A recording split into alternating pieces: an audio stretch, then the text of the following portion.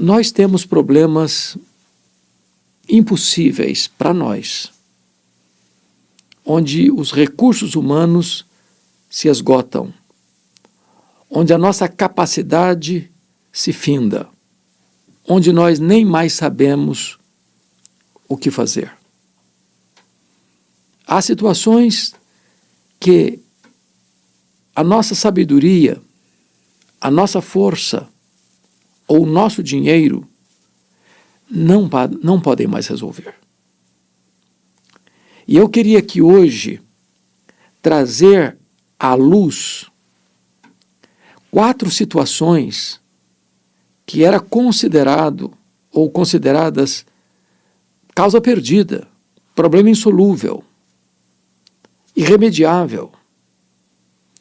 E Jesus resolve as 4 situações, retratando para nós que para Ele nada é impossível. Para Ele não há causa perdida. Para Ele não há situação irremediável. Para Ele não tem vida irrecuperável. Para Ele não tem doença incurável.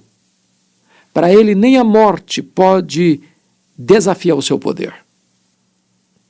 Talvez você esteja lidando com alguma crise, algum problema, alguma doença, alguma sentença jurídica, alguma dor que pulsa e lateja em seu coração. Talvez você já bateu em tantas portas, já recorreu a tantas alternativas. Talvez você já até jogou a toalha, já desistiu. Você não acredita mais na possibilidade de mudar esse placar, de virar essa mesa, de experimentar um renovo ou ver uma luz no fim do túnel. É sobre isso que eu quero conversar com você hoje.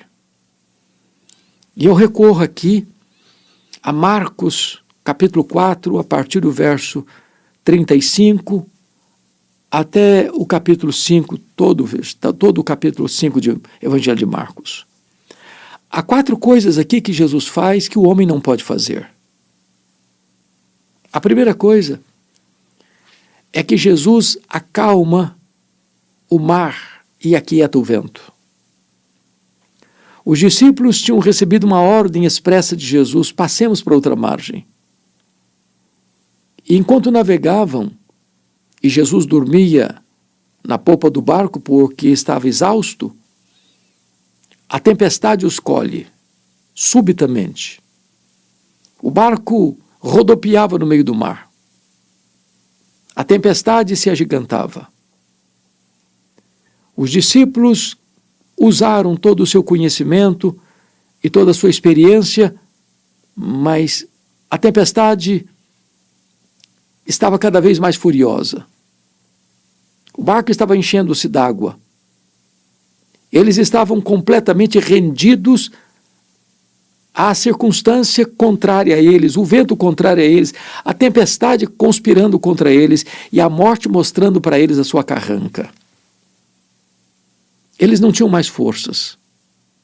Eles não tinham mais estratégias. Eles não sabiam mais o que fazer. Tudo o que sabiam foi insuficiente para controlar aquele barco que estava indo a pique. Tem horas que as tempestades da vida superam as nossas forças. Tem hora que você não sabe mais o que fazer. Tem hora que o barco da sua vida está à deriva e ele não obedece mais ao seu comando. Tem hora que a morte parece que está mostrando para nós a sua carranca e sentimos que não tem mais jeito. Tentamos até mesmo desistir porque achamos que não tem mais solução para o problema. Mas é nessa situação que eles recorrem a Jesus. E perguntam para Jesus: mestre, não te importa que pereçamos? E Jesus se desperta e repreende o vento e repreende o mar, e diz: acalma, sossega. O vento escuta a voz de Jesus, O mar obedece ao comando de Jesus. E naquela noite tempestuosa fez-se grande bonança. Jesus acalmou o mar, Jesus acalmou o vento. A natureza não age à revelia da vontade de Jesus. É Ele quem manda, é Ele quem controla os céus e a terra, o mar e o vento. É Ele quem dirige o barco da nossa vida, é Ele quem tem o controle da nossa história. Talvez você está vivendo uma tempestade. Talvez a sua vida está como um barco à deriva. Talvez você já usou tudo que você tinha em mãos, todas as ferramentas que você conhecia, e nada melhorou, nada mudou, nada reverteu o quadro. Mas se você colocar essa causa nas mãos de Jesus, Ele é poderoso para acalmar o vendaval da sua alma e trazer bonança para a sua vida. Jesus exorta então aqueles discípulos perguntando: por que sois assim tímidos? Como é que não tendes fé? Nós não somos guiados pelas circunstâncias, nós vivemos pela fé. E fé é certeza, e fé é a convicção. Fé é a convicção de que Jesus está no controle da nossa vida, mesmo que as circunstâncias sejam adversas, mesmo que os nossos sentimentos sejam turbulentos, mesmo que tudo pareça perdido, Ele não perdeu o controle. Então eles olharam uns para os outros e perguntaram: quem é este que até o vento e o mar lhe obedecem? A criatura não é maior do que o Criador. O vento e o mar precisam estar debaixo da autoridade suprema do Criador do universo, que é o nosso glorioso Redentor.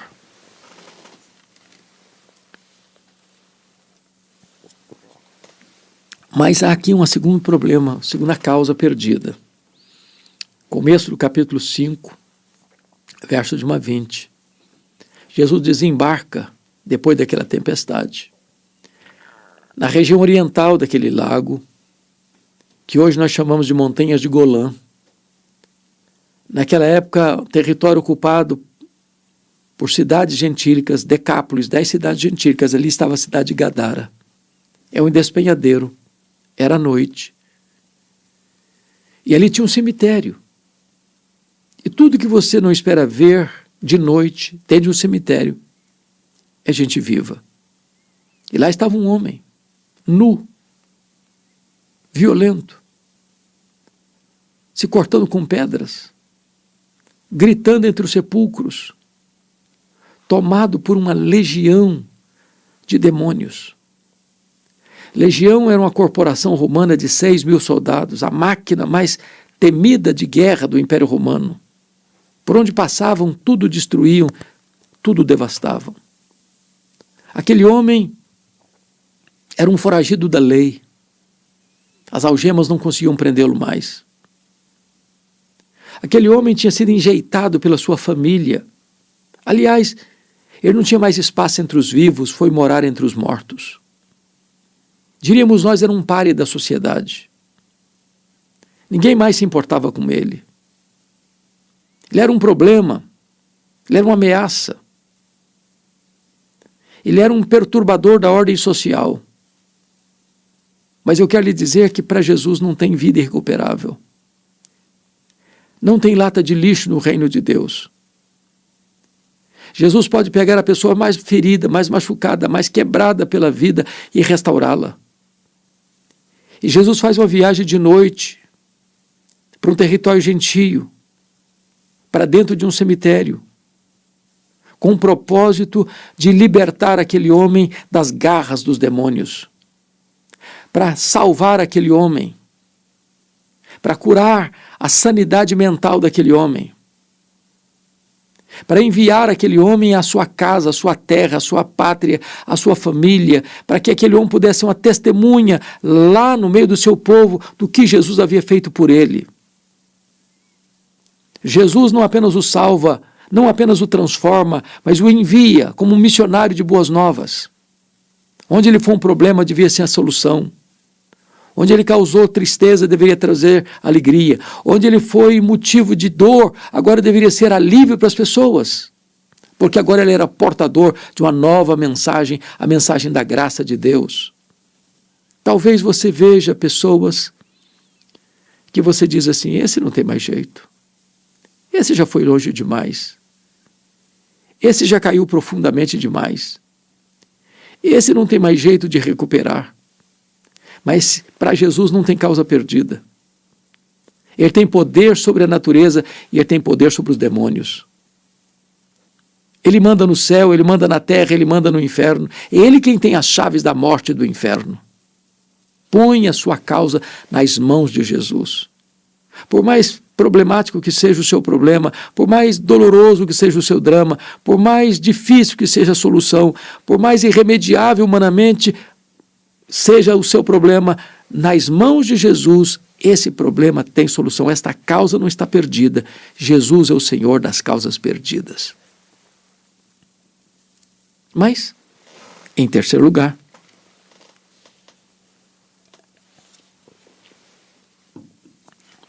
quando Jesus retorna ao dia seguinte para a sua cidade, Cafarnaum, tinha uma multidão à espera de Jesus. E no meio daquela multidão tinha uma mulher doente, hemorrágica, há 12 anos lidando com a doença crônica. Ela já tinha despendido todos os seus recursos financeiros para tratar da sua saúde e não tinha logrado êxito. Ela estava esvaindo-se em sangue. Se não bastasse a debilidade física, a sua doença trazia-lhe um componente de segregação. Ela estava impura, cerimonialmente impura. Ela não podia ir na sinagoga, ela não podia frequentar as festas do templo.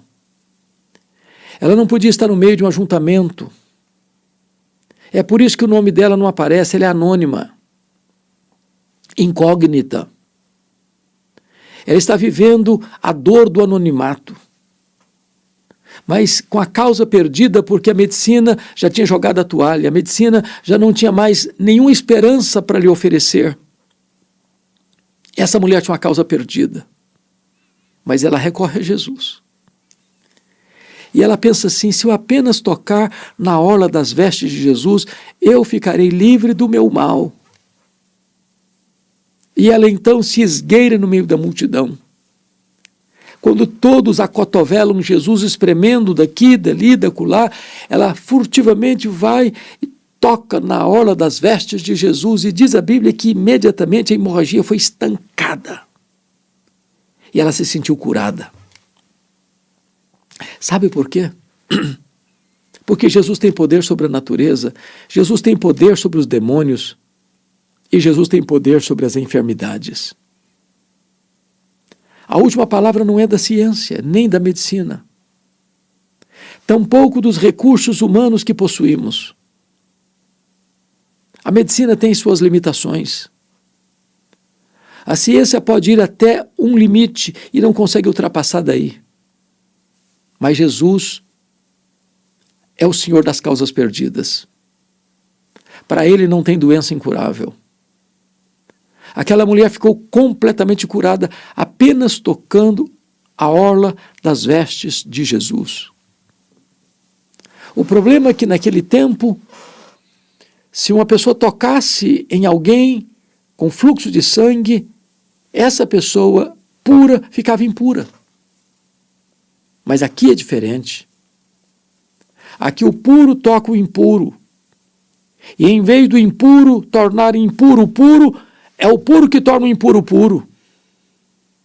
E aquela mulher é completamente curada. Então Jesus diz para os circunstantes, aliás, para os seus discípulos, alguém me tocou.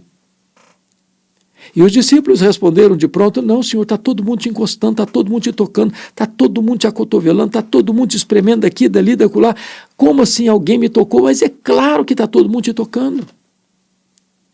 E Jesus, não. Alguém me tocou porque senti que de mim saiu o poder. Há muita gente que encosta em Jesus, mas poucas pessoas tocam em Jesus com o toque da fé. Aquela mulher não apenas foi curada fisicamente, aquela mulher foi curada emocionalmente. Jesus a chamou de filha. Jesus terapeutizou as suas emoções. Ele não apenas lancetou os abscessos do seu corpo, mas também lancetou os abscessos da sua alma. Tem gente doente emocionalmente. Tem gente doente fisicamente. E Jesus é poderoso para curar você, tanto física quanto emocionalmente. Para ele não tem problema insolúvel. Ele pode tudo quanto ele quer. Como aquele leproso tomado de lepra, no último estágio da doença devastadora, ele se prostra diante de Jesus de joelhos, adora Jesus e diz: se tu quiseres, tu podes purificar-me. E Jesus, profundamente compadecido dele, tocou, ele disse: quero, fica limpo. E no mesmo instante o homem ficou limpo. Talvez você lide com doença crônica, talvez você sofre há tantos anos, talvez a medicina já jogou a toalha, talvez o diagnóstico é sombrio, talvez você está por passar por uma cirurgia delicada, talvez você está ansioso e com muito medo, talvez você não tenha segurança de que você possa recuperar sua saúde, mas para Jesus não tem doença incurável. Coloque esta causa nas mãos de Jesus, porque tudo quanto Ele quer, Ele pode. Mas, finalmente, há uma quarta situação.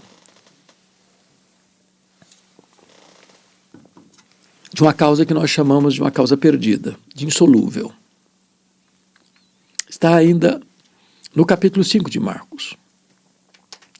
No meio dessa multidão que recebe Jesus em Cafarnaum, há um homem muito famoso. O nome dele é Jairo. Ele é o chefe da sinagoga da cidade. A sinagoga que Jesus frequentou, porque morou em Cafarnaum durante 3 anos. Esse homem era amado e reconhecido em toda a cidade. E esse homem tinha um problema grave, urgente. A sua filha única, de 12 anos, estava doente, à beira da morte. Jairo já estava lidando com algumas tensões na sua sinagoga, porque lá em Marcos 3, num sábado anterior, Jesus tinha curado um homem da mão direita mirrada. E as autoridades judaicas tinham se mancomunado com os herodianos para matarem Jesus. Jairo sabia que recorrer a Jesus em tais circunstâncias era expor-se à oposição ferrenha da liderança religiosa de Israel. Mas ele tem uma causa urgente. Ele precisa de solução.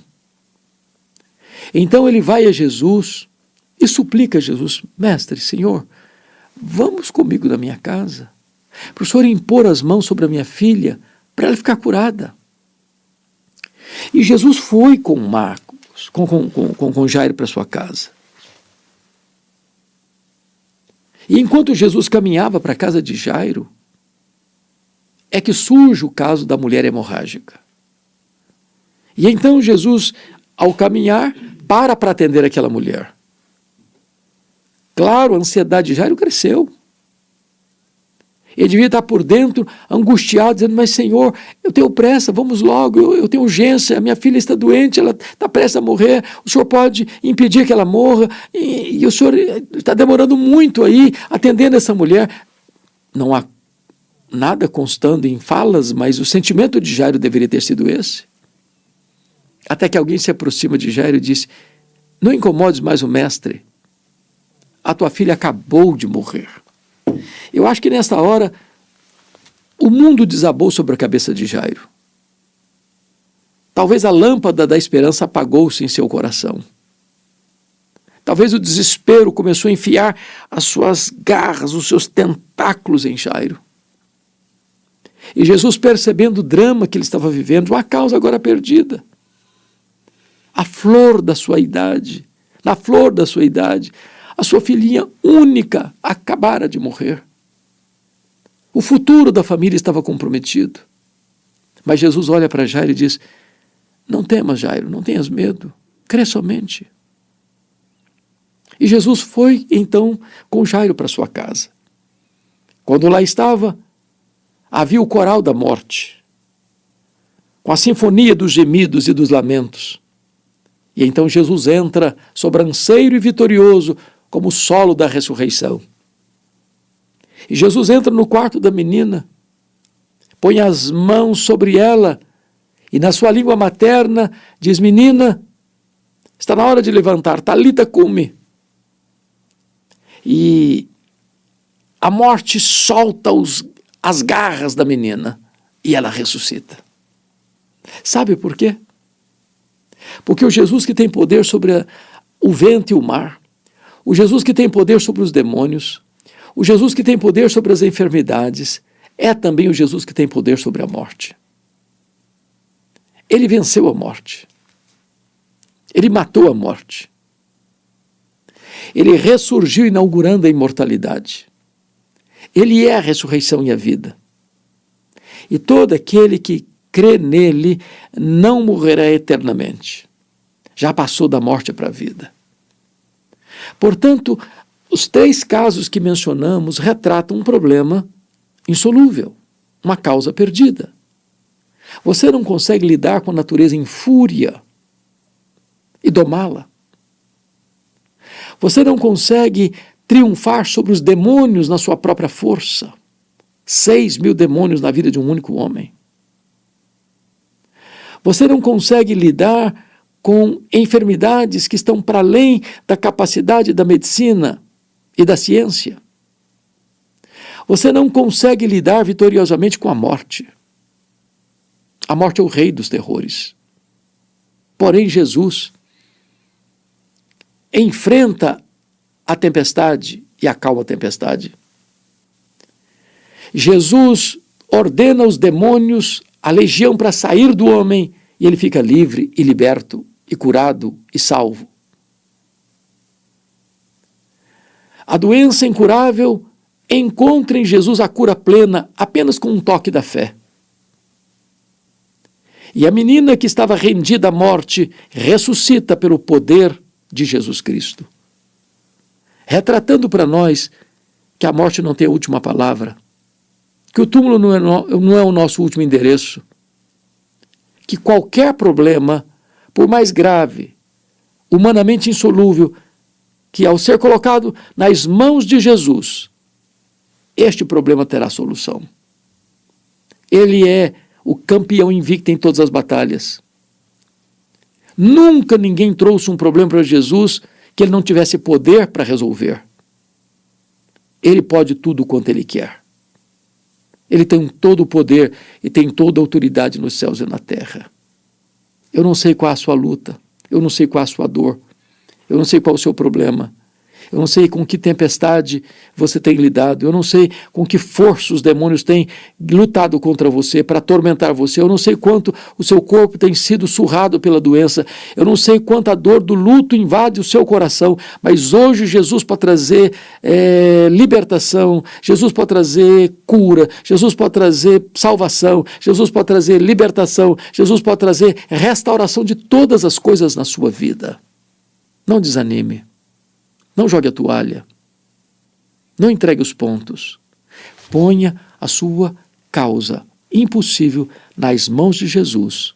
E Ele é poderoso para fazer infinitamente mais do que você pensa ou pede, conforme o seu poder que opera em nós.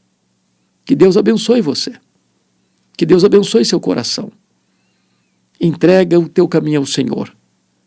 Confia nele. E o mais Ele fará. Jesus Cristo tem o poder de transformar até as situações mais desesperadoras da nossa vida, trazendo esperança e renovação. Muitos de nós carregamos feridas, frustrações e sonhos desfeitos, momentos em que acreditamos que tudo está perdido e que não há mais saída. No entanto, a mensagem do Evangelho nos ensina que Jesus é especialista em restaurar o que parece irrecuperável. Ao olharmos para as Escrituras, vemos exemplos poderosos dessa transformação. A mulher samaritana, por exemplo, encontrou em Jesus não apenas a resposta para suas perguntas, mas também a mudança que ela tanto precisava em sua vida.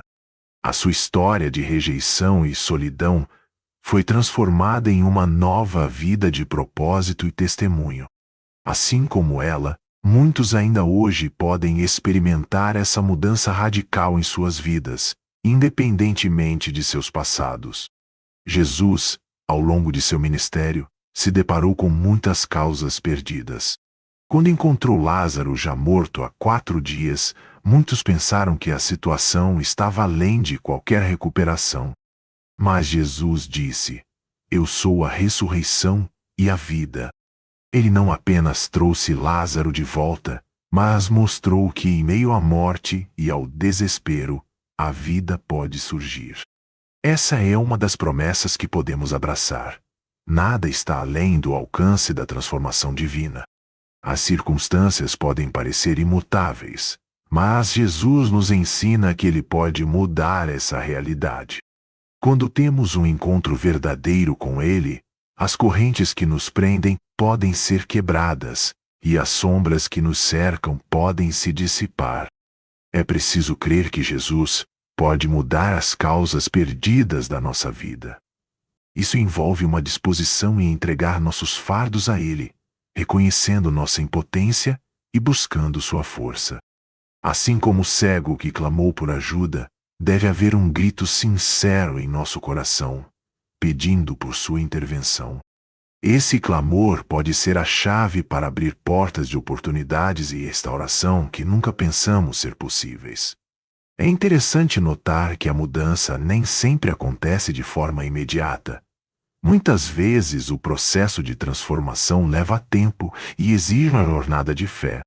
No entanto, mesmo nas longas esperas, podemos confiar que Jesus está agindo em nosso favor. Ele conhece cada lágrima que derramamos e cada luta que enfrentamos, e mesmo em meio à dor, Ele está presente, trabalhando para nosso bem e sua glória. Além disso, essa mudança não é apenas pessoal, mas pode ter um impacto coletivo. Ao transformarmos nossas vidas, podemos nos tornar instrumentos de mudança na vida de outras pessoas. Um testemunho de superação pode inspirar aqueles que se sentem perdidos e sem esperança, mostrando-lhes que a transformação é possível. Assim, ao permitirmos que Jesus entre em nossas situações, não apenas nos beneficiamos, mas também abrimos caminhos para que outros experimentem essa mesma graça.